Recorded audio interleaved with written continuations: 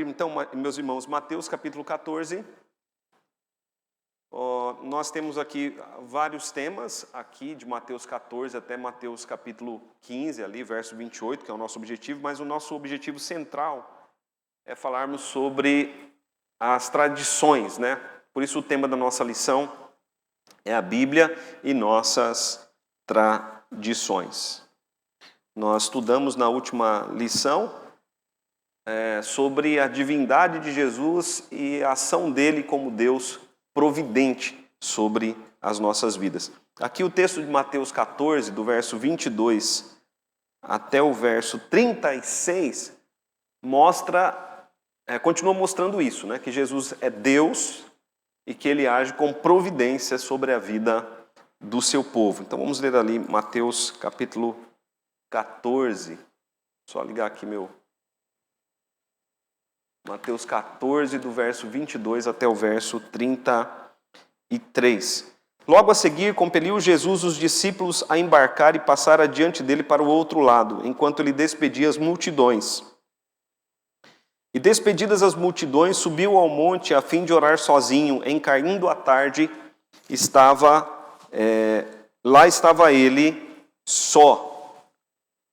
Entretanto, o barco já estava longe, a muitos estádios da terra, açoitado pelas ondas, porque o vento era contrário.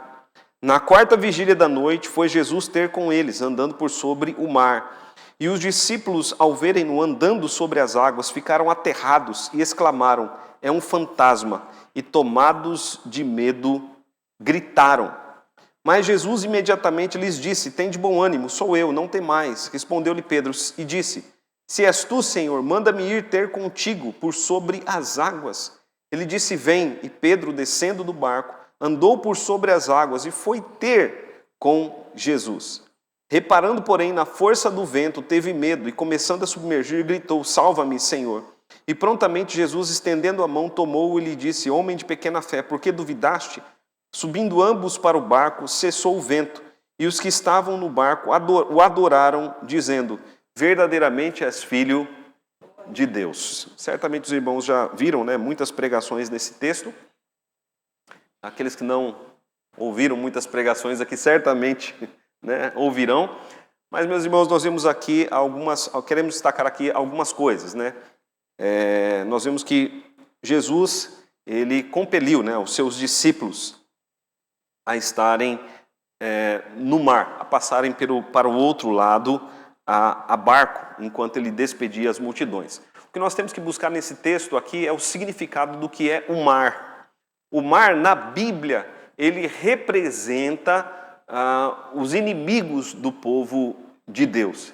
Ele representa as dificuldades desta vida, mas especialmente os inimigos do povo de Deus. Nós vemos que o deserto, né, significa dias difíceis, né, que nós enfrentamos aqui nesse mundo. O deserto é muito usado no Antigo Testamento, mas meus irmãos, aqui o mar, ele representa os inimigos do povo de Deus. E Jesus compele os seus discípulos a irem para onde? Para o mar, né? Para o mar. E o que o mar faz? O mar, ele agride ali os discípulos, né? Claro que isso nós temos que entender de uma maneira espiritual. Por isso que no livro de Apocalipse diz que no novo céu e na nova terra, que é o nosso tema, né, da quarta-feira, no novo céu e na nova terra, o mar ele não vai existir, né? Não é que o mar não vai existir, o mar físico, mas quando lá fala que o mar não vai existir, ali está falando de uma maneira representativa, né? De uma maneira espiritual. No novo céu e na nova terra nós não teremos mais inimigos, né? Não teremos mais lutas, né? Batalhas espirituais. E o que Jesus Cristo faz enquanto seus discípulos estão no mar? Jesus intercede por eles. É isso que nós vemos ali no verso de número 23. E despedidas as multidões, subiu Jesus ao monte a fim de orar sozinho. Em caindo a tarde, lá estava ele só. Então, meus irmãos, enquanto nós estamos nesse mundo, neste mar, né, enquanto nós temos aqui as batalhas espirituais, A Bíblia diz que Jesus, ele é o nosso intercessor. Amém, queridos? Então a Bíblia só vai mostrar um como intercessor. Só há um Deus, um só mediador entre Deus e os homens, e esse é Jesus Cristo. Então a Bíblia é bem clara, né, quanto a isso. Enquanto nós estamos no mar, enquanto nós estamos lutando aqui as batalhas espirituais, Jesus está intercedendo por nós. Ele intercede pelo seu povo, né? Ele é o nosso mediador. E ele é aquele que não apenas ora por nós, mas é aquele também que vem em nosso socorro. É isso que nós vemos a partir do verso 20, de número 24, né? Aliás, no verso de número 25. Na quarta vigília da noite, ou seja, na alta madrugada, foi Jesus ter com eles andando por sobre o mar. Veja só que simbolismo espiritual poderoso nós temos aqui. Porque se o mar representa os nossos inimigos, Jesus faz o que, queridos? Ele anda por sobre o mar. Jesus, ele está pisando, né, sobre os nossos inimigos. Os nossos adversários estão debaixo dos pés do Senhor Jesus. Isso mostra a grandeza de Cristo, a soberania de Cristo sobre todas as coisas. Amém, meus irmãos? Mostra claramente, nós vamos ver aqui no final do texto, a divindade de Jesus, né? A divindade absoluta de Jesus. Ele, como Deus soberano, ele domina sobre os nossos inimigos, sobre os nossos adversários. E veja só, né? O verso de número 26. E os discípulos, ao verem-no andando por sobre as águas, ficaram com medo, né? Aterrados. E exclamaram, é um fantasma. E tomados de medo, gritaram. Mas Jesus imediatamente lhes disse, tende bom ânimo, sou eu, não temais. Respondendo-lhe Pedro disse, se és tu, Senhor, manda-me ir ter contigo sobre as águas. E disse, vem. E Pedro, descendo do barco, andou por sobre as águas e foi ter com Jesus. Então, aqui nós vamos ver que o Cristo que intercede por nós, o Cristo que vence os nossos inimigos, ele nos chama também a vencermos os inimigos. Assim como Cristo anda, né, sobre o mar, nós também somos chamados a andarmos por sobre o mar. Acaso, meus irmãos, Jesus não nos deu autoridade para pisarmos serpentes e escorpiões? Ele não nos deu autoridade para destruirmos toda a obra do maligno? Então, Cristo, aqui de maneira simbólica, mostra a autoridade, através da vida de Pedro, a autoridade que nós devemos, a autoridade espiritual que nós devemos exercer. Mas nós devemos fazer isso com fé. Porque Pedro, né, reparando, veja ali no verso 30, na força do vento teve medo. Ele começou a afundar. Ele gritou, salva-me. E o Senhor Jesus prontamente o socorreu, estendendo a mão. Mas Jesus o repreendeu. Homem de pequena fé, por que duvidaste? Subindo ambos para o barco, cessou o vento. Então Jesus aqui, com esse episódio, do qual nós podemos tirar inúmeras lições, mas essas que eu passei são as lições básicas, né, as lições centrais. Jesus aqui quer mostrar a sua soberania sobre os nossos inimigos. Amém, queridos? Dada a lição aos discípulos, cessa o vento, né? Cessa o vento. Mas veja o que acontece no verso 33, no verso 33. E os que estavam no barco o adorarão. E os que estavam no barco o adorarão. Na Bíblia, meus irmãos, quem recebe adoração? Deus. Somente Deus recebe adoração, né? A Bíblia nos ensina, ao Senhor teu Deus adorarás, só a Ele darás culto. Então só Deus pode ser adorado. E nós não vemos ninguém na Bíblia sendo adorado, a não ser Jesus. E por que Jesus é adorado? Porque Ele é Deus. Nós falamos, né? Deus Pai, Deus Filho, Deus Espírito Santo. Jesus é Deus e o Espírito Santo também é Deus. Por isso eles são dignos de adoração. Então os discípulos, né, ao verem ali a soberania de Jesus, a grandeza de Jesus, a autoridade de Jesus andando por sobre o mar, que representa os inimigos do povo de Deus, eles adoraram o Cristo e disseram: verdadeiramente és filho de Deus. Alguém tem algum comentário, alguma pergunta referente a esse texto? Você passa dificuldades, você luta contra inimigos espirituais? Luta ou não luta? A Bíblia diz que a nossa luta, lá em Efésios 6, não é contra a carne nem, mas contra principados e potestades, né? Mas nós temos que saber o seguinte, meus irmãos,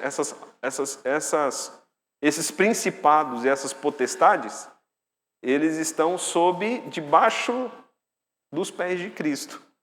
A Bíblia diz que Cristo é cabeça sobre tudo, Ele é autoridade sobre tudo, inclusive do diabo e seus demônios. E Cristo concedeu autoridade à sua igreja. Então por que às vezes a gente fica com tanto medo? Meus irmãos, às vezes nós ficamos como os discípulos, né? Aterrados. Ficamos com medo. Nós devemos olhar para o nosso Senhor. Ele é soberano. E Ele nos chama a caminharmos com Ele também sobre as águas, sobre os inimigos. Em Cristo nós somos mais do que vencedores, meus irmãos. As batalhas existem, mas em Cristo nós somos mais do que vencedores. E o nosso dever é o quê? É adorarmos o Senhor Jesus, reconhecermos que verdadeiramente Ele é o Filho de Deus.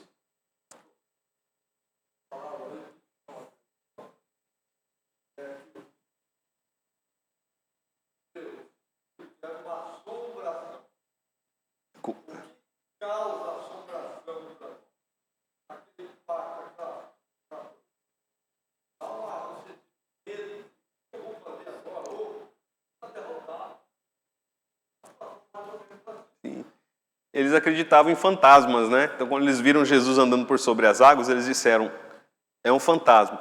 Tem muitas lições aqui. Mais uma que nós podemos mencionar é que os discípulos, eles estavam o que ali naquele mar? Eles não conseguiam chegar no outro lado. Antes do escurecer do sol, eles entraram no barco, mas depois eles ficaram ali, né? Já estava quase amanhecendo, eles estavam ali, não conseguiam atravessar. Por quê? Porque a batalha contra o mar estava grande, eles não conseguiam vencer. Só quando Jesus chega até eles é que o vento cessa. Então, meus irmãos, as batalhas espirituais, elas só podem ser vencidas com Jesus. É em nome dele, é nele que nós vencemos todas as batalhas. Verso 34, meus irmãos. Então, estando já no outro lado, chegaram à terra de Genezaré. Reconhecendo os homens daquela terra, mandaram avisar a toda a circunvizinhança e trouxeram-lhe todos os enfermos. E lhe rogaram que ao menos pudessem tocar a orla da sua veste. E todos os que tocaram ficaram curados, né? Ficaram sãos. Então aqui nós vemos o reino de Deus chegando ali em Genezaré, através da pessoa do rei Jesus. E o texto mostra, né, claramente que quando eles viram que era Jesus e conhecendo a fama de Jesus, né, eles trouxeram a Jesus todos os enfermos da cidade. E as pessoas pediram o quê? Para tocar na roupa de Jesus. E o texto diz que todos aqueles que tocaram ficaram curados. Um texto que descreve uma situação particular é o texto da mulher hemorrágica. E a Bíblia diz que aquela mulher, né, ela foi e ela tocou Jesus, né, por trás, e a Bíblia diz que de Jesus saiu poder, e ela foi curada. Meus irmãos, Jesus curava as pessoas de várias formas. Algumas pessoas achavam que precisavam tocar nele, nas suas roupas, né, para serem curadas, e tocavam e eram curadas.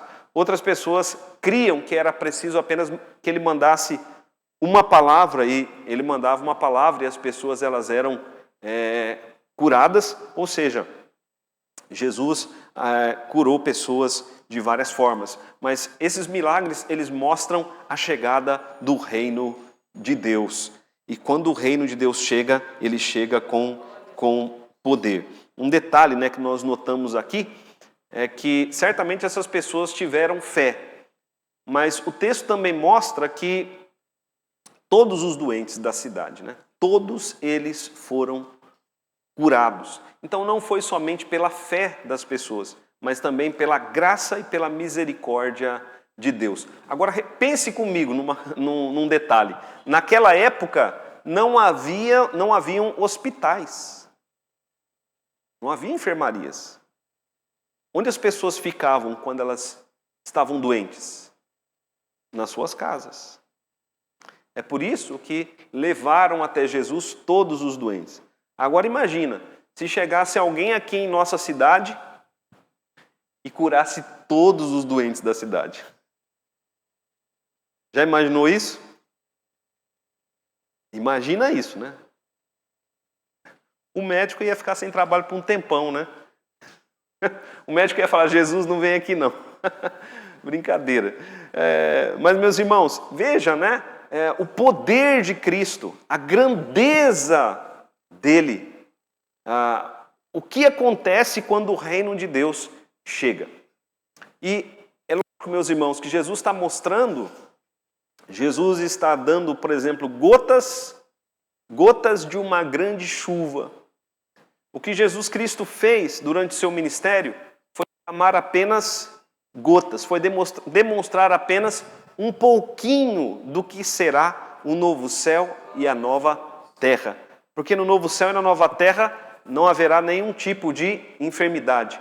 Todos serão curados, né? Haverá saúde plena por toda a eternidade. E é por isso que a igreja ora, vem Senhor Jesus. Não apenas porque queremos ser curados das nossas enfermidades, o que Deus pode fazer agora. E Ele faz, atendendo a oração de muitos. Mas, porque nós queremos estar com Cristo, é por isso que nós oramos, venha o teu reino. Ok, meus irmãos? Então Jesus é recebido em Genezaré, aí você tem aí uma imagem, né, da região de Genezaré.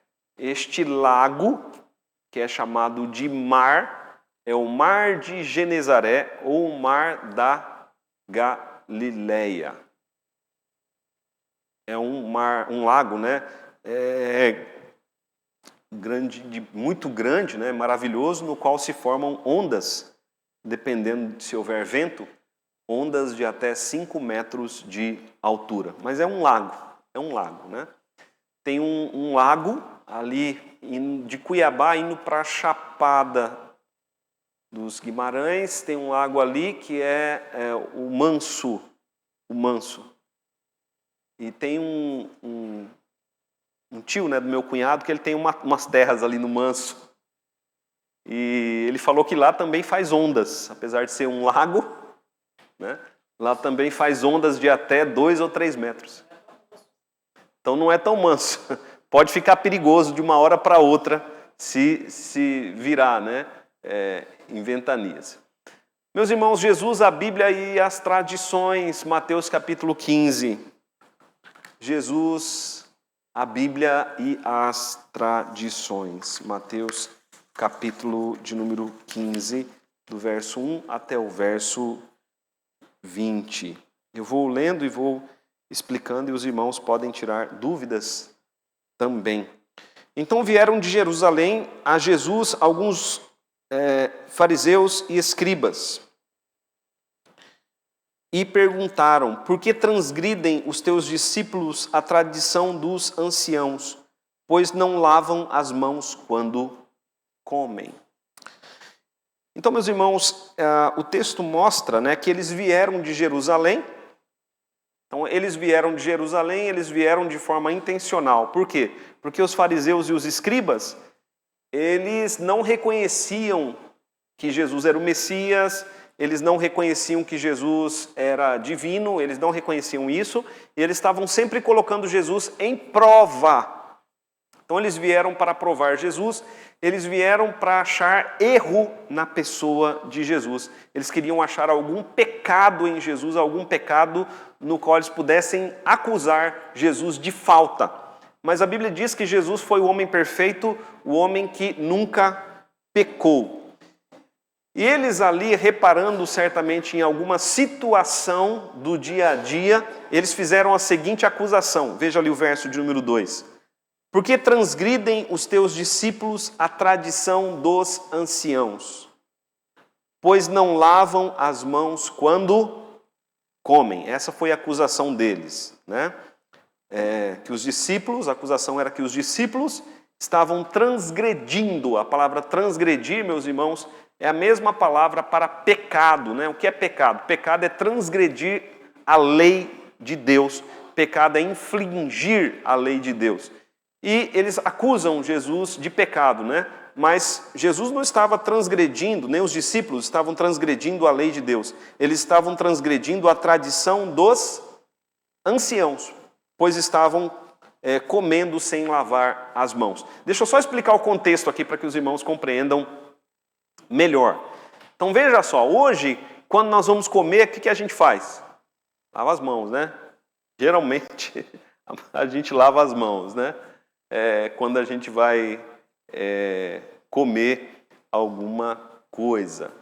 Mas não é esse tipo de lavar das mãos que os discípulos estão sendo acusados. Então, no Antigo Testamento, haviam várias leis de purificação. Várias leis de purificação. Como eram essas leis de purificação? Veja, sempre que algum judeu tocava em alguma coisa considerada imunda. O que era uma coisa considerada imunda? Animais imundos, né? Se ele tocasse, por exemplo, num porco. O porco era um animal imundo. Então, se tocasse no cadáver de um porco, então, o que essa pessoa deveria fazer? Deveria lavar as mãos. Se a pessoa tocasse em algum morto, deveria lavar as mãos. Mas se tocasse também num estrangeiro, deveria lavar as mãos.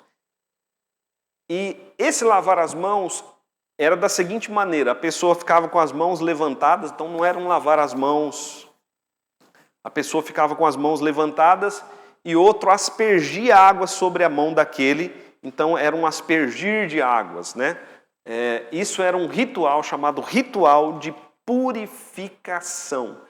Então os judeus, eles têm muitos rituais de purificação. E sem esses rituais de purificação, não era possível adorar a Deus, não era possível entrar no templo local de adoração.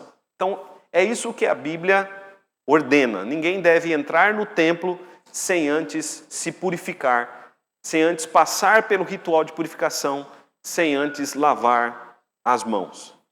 Mas os fariseus e os saduceus, eles criaram regras que iam além da lei. Então eles criaram a seguinte regra: ninguém deve comer sem antes fazer algum ritual de purificação. A Bíblia não diz isso, mas eles criaram essa regra. E eles criaram muitas regras que não estão na Bíblia. Eles escreveram livros que se tornaram volumosos, livros que ditam regras que não estão na Bíblia. O mais famoso desses livros hoje, mas esse livro não tinha ainda na época de Jesus, é o Talmud, né? Esse livro tem muitas e muitas regras para o povo observar, regras que não estão na Bíblia. Essas regras são chamadas do quê? De nossas tradições. Ok, meus irmãos? Então deixa eu explicar. Uma coisa é nossa tradição, outra coisa é Bíblia. Bíblia é a palavra de Deus. Tradição é palavra de homem. Essa é a diferença. Mas às vezes a gente quer transformar a nossa tradição em Bíblia. Ok, queridos? E eu faço uma pergunta a vocês. Nós presbiterianos temos a nossa tradição? Nós temos a nossa tradição. Toda a igreja tem sua tradição. Aí a gente não pode confundir tradição com Bíblia, porque a tradição pode ser mudada, a tradição pode ser revista, mas a Bíblia não pode. A Bíblia, ela é palavra de Deus imutável. E a Bíblia não é pesada, mas a nossa tradição, por vezes, é pesada. Ok, queridos?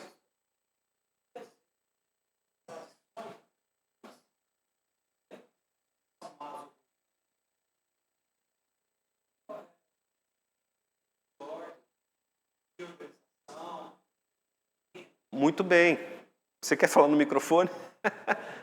Presbítero, porque senão o pessoal está na internet e não escuta, né? O presbítero Ismael está dizendo aqui que as nossas tradições, elas não são más, né? Elas não são más.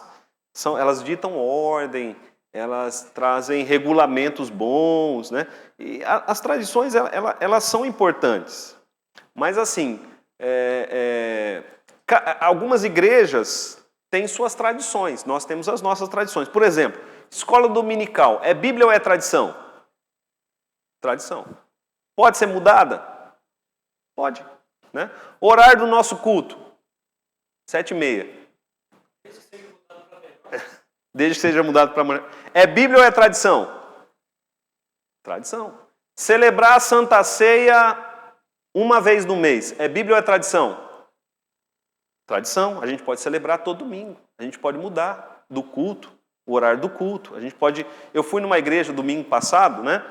Domingo passado eu estava em Cuiabá e aí fui na Arena Pantanal, né? Assisti o jogo do Cuiabá. Cuiabá não caiu para a segunda divisão. Saímos correndo da Arena Pantanal, fomos tomar banho e fomos para o culto. Fui lá orar para o Cuiabá não cair. Toda vez que eu vou lá na Arena Pantanal, o Cuiabá ganha.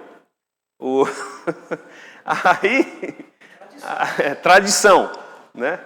Aí, meus irmãos, o culto, como é que começou lá esse culto? Né? Culto da igreja presbiteriana, é claro. O pastor começou o culto, fez a liturgia, fez a oração, né? Foi cantado um hino e foi celebrada a Santa Ceia. Aí, depois da Santa Ceia, é que teve a pregação. Nós fazemos como? Nós fazemos primeiro a pregação, a Santa Ceia nós deixamos pro final. Isso é tradição. Essas coisas podem ser mexidas. O que a gente não pode fazer é transformar a nossa tradição em Bíblia. Em Bíblia. Né? Tem igreja, eu já vi, né, pastor dizer assim, se você usar bermuda, você vai para o inferno. E eu perguntei, né, para um pastor desse, falei, santo, onde está na Bíblia que se o cidadão usar bermuda, ele vai para o inferno? Não tem na Bíblia. É tradição sua, meu amigo. Tradição da igreja. Se os crentes aí não querem usar bermuda, não tem problema. Só que a Bíblia não fala que ninguém vai para o inferno por causa disso. O crente não pode cortar o cabelo. Onde está na Bíblia que o crente, que a mulher, né, especialmente, não pode cortar o cabelo? A pessoa, né, não tem isso aí. Pode cortar o cabelo. Né? Pode. É lógico, meus irmãos, tudo tem seus polos, né? A gente não pode. A Bíblia fala que a gente tem que andar se vestir decentemente, não é verdade? Questão de bom senso. Mas às vezes é transformado uma tradição em Bíblia. Esse é o problema. E ali eles estavam fazendo isso.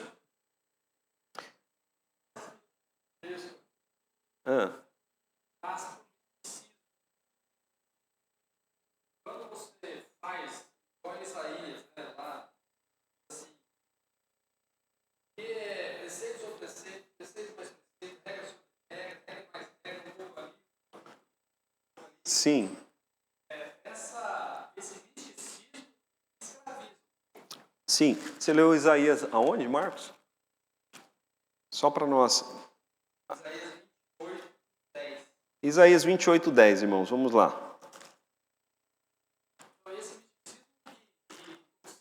Então, Marquinho está falando aqui que o misticismo, né, é o legalismo. Né, o legalismo.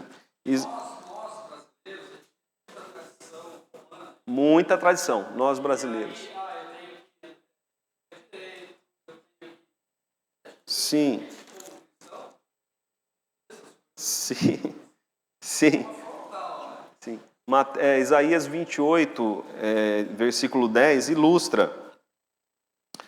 Porque é preceito sobre preceito, preceito e mais preceito, regra sobre regra, regra e mais regra, um pouco aqui e um pouco ali. Então, às vezes, a religião ela se torna uma religião de regras. E as regras que vão além da palavra de Deus, elas trazem um peso, elas escravizam. Ok, meus irmãos? Então, o que a gente tem que fazer? Eu sempre digo assim para as pessoas, leiam a Bíblia, conheçam a palavra de Deus.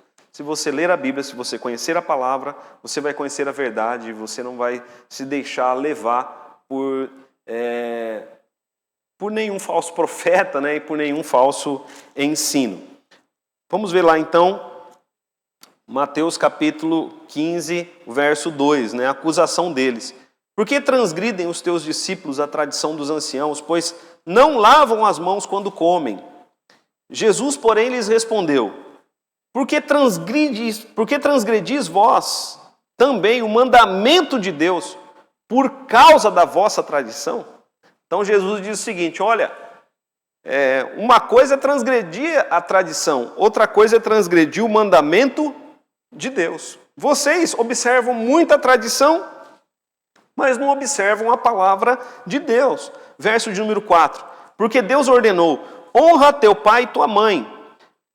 Quem maldisser ao seu pai e sua mãe, seja punido de morte. Mas vós dizeis, se alguém disser a seu pai ou sua mãe, é oferta ao Senhor aquilo que poderias aproveitar de mim, esse jamais honrará seu pai ou a sua mãe. E assim invalidastes a palavra de Deus por causa da vossa tradição, né? Então, o que acontece aqui? Jesus dá o seguinte exemplo, e lembrando que Jesus está dando só um exemplo.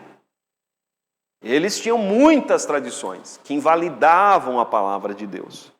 Mas um exemplo é esse, né? O filho. O filho tinha que ajudar o pai. O filho tinha que ajudar a família. Mas o filho às vezes não queria ajudar o pai. Aí o pai falava, olha, você pode me ajudar? O filho dizia, não, pai, eu não posso te ajudar, porque aquilo que eu ia ajudar o senhor, eu consagrei para Deus.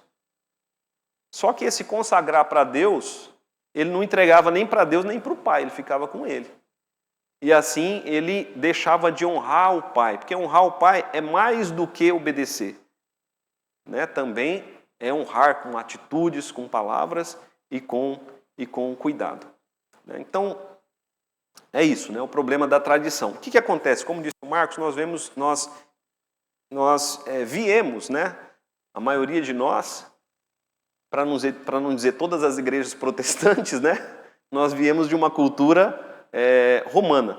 E na Igreja Católica Romana, o que acontece? Eles têm a Bíblia, e eles têm as tradições, e eles têm também os concílios, né? E o Papa. Tudo em igual peso. Na verdade é o seguinte, se você chegar para um padre católico e disser assim, mas por que a palavra de Deus diz isso, mas vocês fazem diferente? O padre vai dizer, não, nós temos a tradição. Então a Igreja Católica faz isso, ela coloca a tradição sob a palavra de Deus. E com isso a tradição acaba anulando a palavra. Então a gente diz, né, olha, a Bíblia diz que não se pode se prostrar diante de nenhuma imagem e não pode fazer pedidos para a imagem. Aí o padre vai dizer, não, nós temos a nossa tradição, que foi validada pelos concílios. E nós, protestantes, nós dizemos o quê? Não para a tradição, nós dizemos somente a Escritura, somente a palavra de Deus. Então, essa é a diferença, basicamente, né? A diferença entre nós e o catolicismo romano. Por isso que eu coloquei ali uma imagem, né, do sola Scriptura, somente a Escritura. Foi isso que aconteceu com Lutero, né? Lutero, na época da Reforma Protestante, não somente ele, porque a Reforma Protestante, meus irmãos, ela não foi de um só homem em um só lugar. Ela foi um movimento grande, né? Mas Lutero foi seu principal expoente. O que os reformadores disseram? Os reformadores eles disseram, olha, tem coisa errada. E aí a igreja dizia, não, é a nossa tradição, nós não vamos mexer na tradição. Aí os reformadores diziam, não, mas a tradição está invalidando a palavra de Deus. Então nós vamos ficar com a tradição ou vamos ficar com a palavra? Os reformadores disseram, não, nós vamos ficar com a palavra de Deus. Amém, queridos?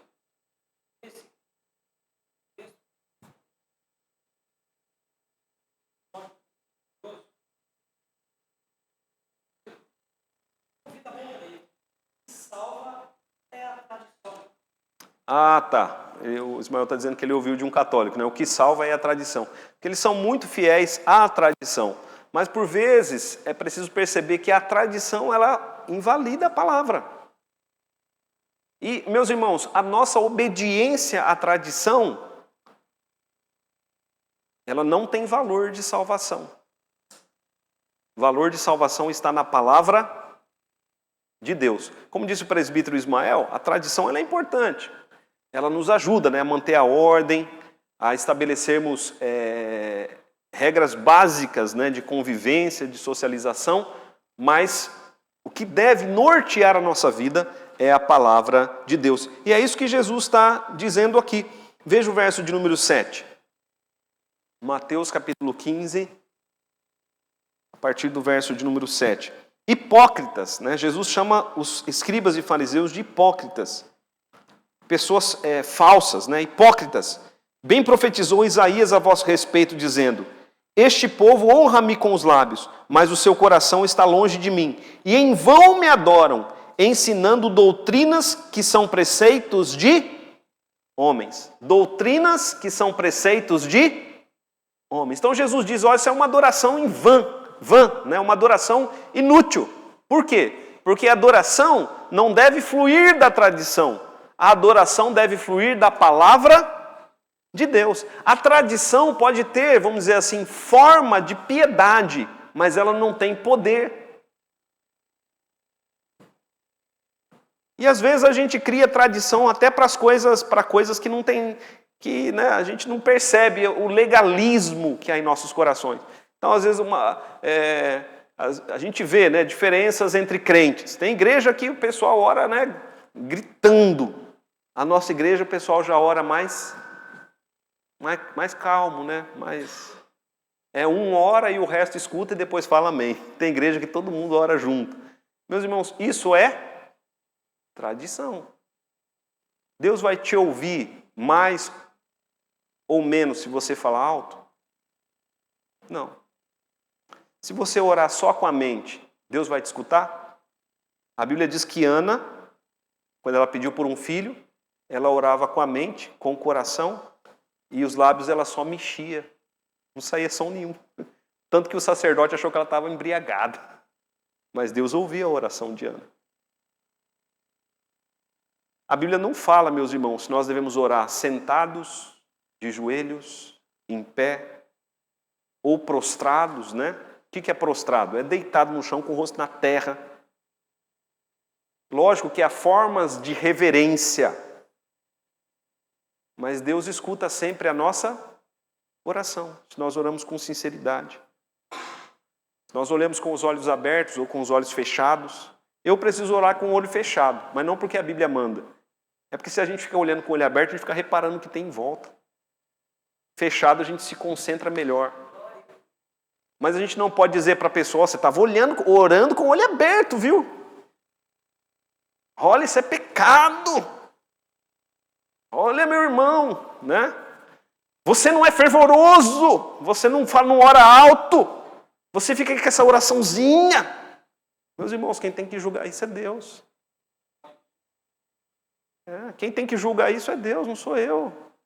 É Deus que tem que ver o coração da pessoa. Nós criamos regras que são nossas, que não estão da palavra de Deus.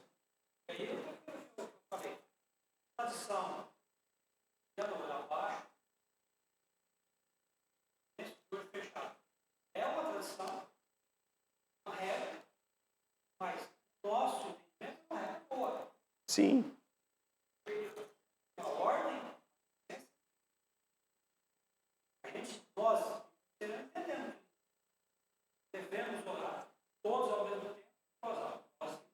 Nós entendemos que não devemos orar todos ao mesmo tempo em voz alta, mas por uma regra bíblica. Aí não por uma tradição. Deus diz que quando alguém ora e você não entendeu o que a pessoa disse, você não deve falar amém. Se a pessoa orou e você não entendeu o que ela disse, ela orou na sua língua, mas você não entendeu o que ela disse, não é para falar amém. Porque você pode estar concordando com uma coisa que não é certa.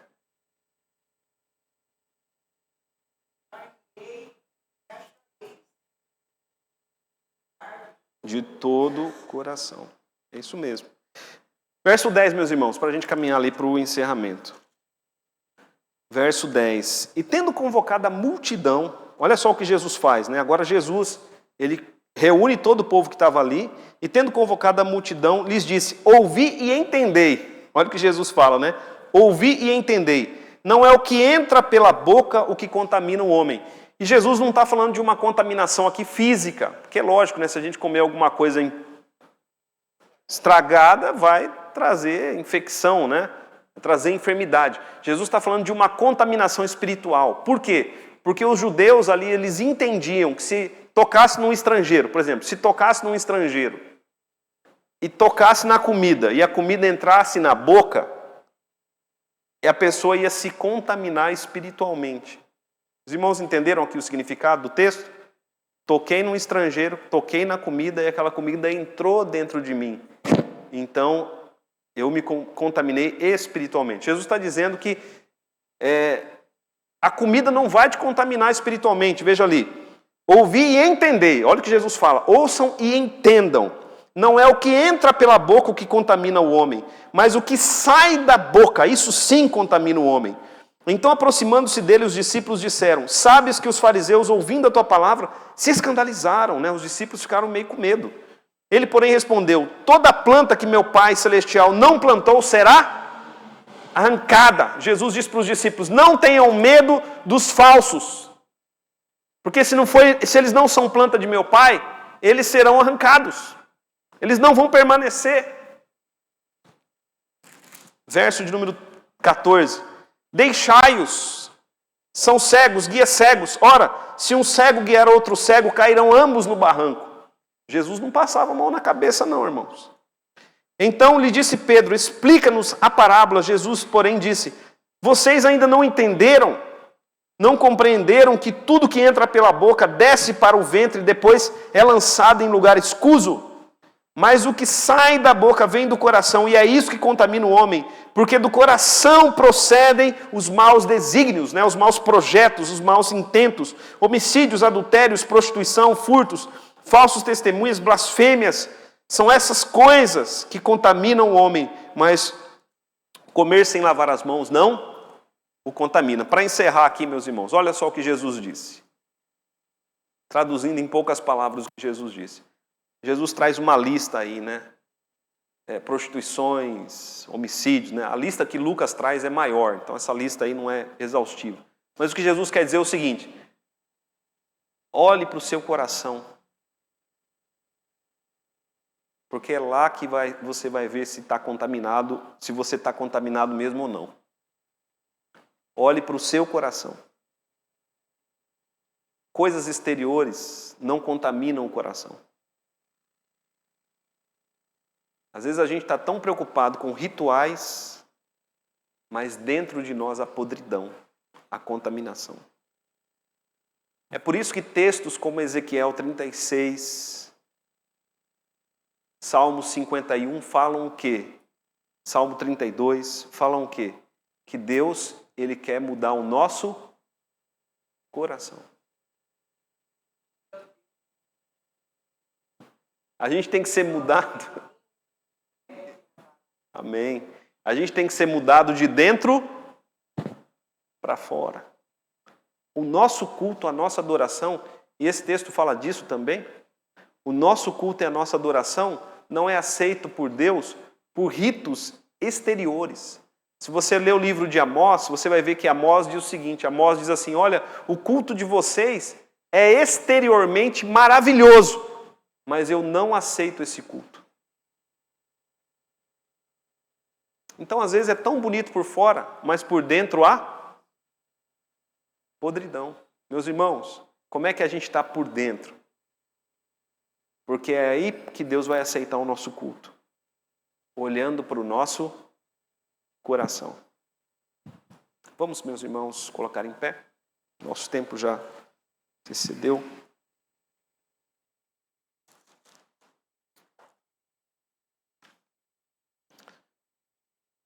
Pai querido, nós te agradecemos por essa escola dominical, te louvamos por Jesus, teu Filho, Jesus, o Mestre. Com ele, Senhor, nós aprendemos tantas coisas, te louvamos por Jesus, nosso Senhor e Salvador. E pedimos a Ti, ó grande Deus, venha o Teu reino.